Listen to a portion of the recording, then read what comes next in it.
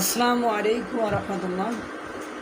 বর্তমান সময়ে বাংলাদেশে স্বাধীনতা অর্থাৎ 1971 সালে মুক্তিযোদ্ধার পক্ষে কথা বলার লোক খুবই কম, হাতে গোনা কয়েকজন সাংবাদিক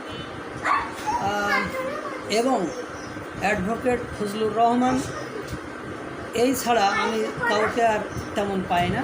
নতুন করে একজনকে পেয়েছি, ববি হাজ্জাজ। উনি টক শোতে একদম ডিরেক্ট বলছে, এইসব বাচ্চা পোলাবানের কথায় কি দেশের স্বাধীনতা সার্বভৌমত্ব পরিবর্তন হয়ে যাবে? এইসব বাচ্চা পোলাবানের কথায় কি কিসের সংস্কার হবে? এসব বাচ্চা পোলাবানের কথায় কি স্বাধীনতার ইতিহাস আমরা ভুলে যাব? এটা কখনোই সম্ভব নয়।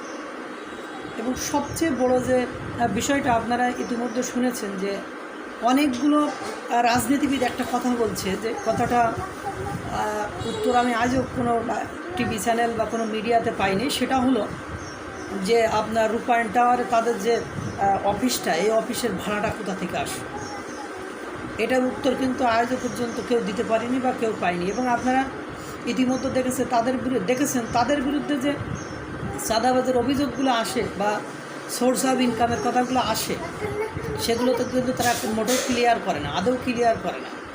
এবং তারা যে লাইভলিডগুলো করতেছে, এই লাইভলিড তারা কিন্তু 5ই আগস্টের আগে কখনো শো করেনি, বা তারা 5ই আগস্টের আগে কিন্তু এই ধরনের জীবনযাপন করেনি। তার মানে কি দাঁড়ায়? একটা মানুষ যদি গর্জিয়াস ফ্যামিলির হয়, তাহলে সে বাচ্চাকাল থেকে গর্জিয়াস হয়, পরবর্তীতে ক্ষমতায় যাওয়ার পরে, ক্ষমতায় পাওয়ার পরে এটা কিন্তু ঠিক নয়। এর মানে এবার দেখেন আপনি, এই যে ইলিয়াস হুসাইন, গোলাম মাওলা রনিকে আমার ভালো লাগে, ব্যক্তিগতভাবে আমার ভালো লাগে। তিনি সমালোচনা করেন, যখন শেখ হাসিনা ক্ষমতায় ছিলেন তখন শেখ হাসিনার সমালোচনা করেছেন, এখন যিনি ক্ষমতায় আছেন তার সমালোচনা করতেছেন, এবং তিনি বিএনপি সহ সকলকে নিয়েই সমালোচনা করেন, নতুন রাজনৈতিক দল সহ তিনি সকলকে নিয়েই সমালোচনা করেন। এই গোলাম মাওলা রনির মানে ইলিয়াস নাম দিয়েছে হলো গোলাম মাওলা রনি, মানে তার মানে এত অধপতন বা এত তার কথা। এখন আমার আজকে একটা নিউজ দেখলাম, সে নাকি আবার বলছে যে গোলাম মাওলা রঙেরই যে এই লুঙ্গিওয়ালার পোলারে একটু সাইজ করা যায় না, এই লুঙ্গিওয়ালার পোলারে সাইজ করা যায় না, এই ধরনের কথা বলছে। লুঙ্গিওয়ালার পোলা ও মামুলি কোনো জিনিস না যে লুঙ্গিওয়ালার পোলারে তুমি সাইজ করবা। তোমার কথায় বা তোমাদের কথায় ধানমন্ডি 32 নম্বর ভাঙছে, সেটা সরকারের ইন্ধন ছিল, বা সরকার সেটাকে সমর্থন করেছে, সরকার সেটা করতে দিয়েছে, কিন্তু আমার মনে হয় না যে এখন আর করতে দিবে। এরপরে দেখেন সেদিন পিনাকি ভট্টাচার্যর নামে মানে ওই মাসুদ কামাল বললো ওর নাম নিতে হলে উজু করতে হবে, মানে পিনাকির নাম নিতে হলে তার উজু করতে হবে। তো এখন কথা হলো, তা পিনাকি ওই হলো ফেসবুকে বিশাল বড় একটা স্ট্যাটাস দিল যে আমি মাসুদ কামালের করবো, তা করবো, ওই 7 দিনের মধ্যে করতে হবে, তা করতে হবে। তো কই কিছুই করতে পারেন নাই, সেদিন শেষ। এখন কোনো কিছু করতে হলে 36 বার ভাবতে হবে। তোমার ইলিয়াস, তোমার খাওয়া শেষ, দিনও শেষ।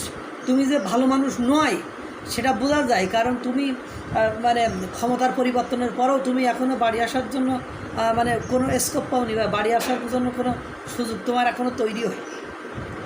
এই জন্য বলতেছি, মুক্তিযুদ্ধের পক্ষের শক্তি মাথা তুলে দাঁড়াবেই, সে আজ হোক, কাল হোক, পরশু হোক, দাঁড়াবে।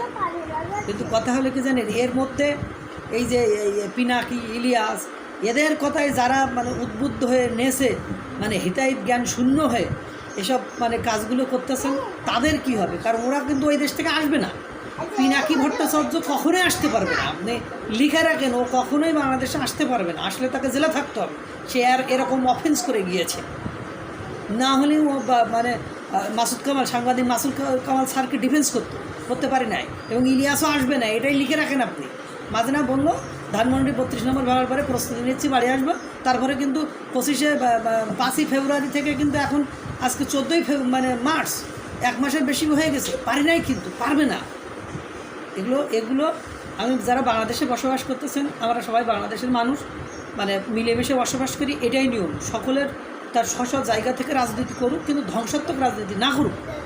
এই যে পিনাকি, ইলিয়াস, এদের কথাই যে এই যে সিচুয়েশন ক্রিয়েট করেন, গোলাম মাওলা রনি সাহেবের বাড়ির দিকে আগায়েন না, কারণ এর আগে আপনারা যারা বাংলাদেশে আছে তাদেরকে আপনারা কিছু করতে পারেননি। এখন কথা হলো বঙ্গবন্ধু শেখ মুজিবুর রহমানকে কেউ নিয়ে কথা বললে তার নামে মামলা হচ্ছিল, এ হচ্ছিল, তা ছিল, এবং বঙ্গবন্ধুর ওই বাড়িটা নিয়ে কথা বলার মতো বাংলাদেশের সময় নেই, কিন্তু ব্যক্তিগতভাবে আক্রমণ করলে তো কথা বলার যথেষ্ট স্কোপ আছে। এবং গোলাম মাওলা রনি ওই ইলিয়াসের মতো যথেষ্ট ইলিয়াসের চেয়েও বরং যথেষ্ট জনপ্রিয় এবং সভ্য সমাজের কাছে জনপ্রিয়। আমার মনে হয় না যে ইলিয়াস সভ্য সমাজের কাছে জনপ্রিয়, কারণ ধ্বংসাত্মক কর্মকাণ্ড বিশ্বনবী সাল্লাল্লাহু আলাইহি সাল্লামই কখনো পছন্দ করে না, আল্লাহও কোনো দিন পছন্দ করে না। সে সব ধ্বংসাত্মক কর্মকাণ্ডের ভূতা তাদেরকে যারা পছন্দ করে আমার মনে হয় না এরা কখনো সভ্য হতে পারে। আল্লাহ তাআলা সকলকে ভালো রাখুন, সুস্থ রাখুন। আসসালামু আলাইকুম।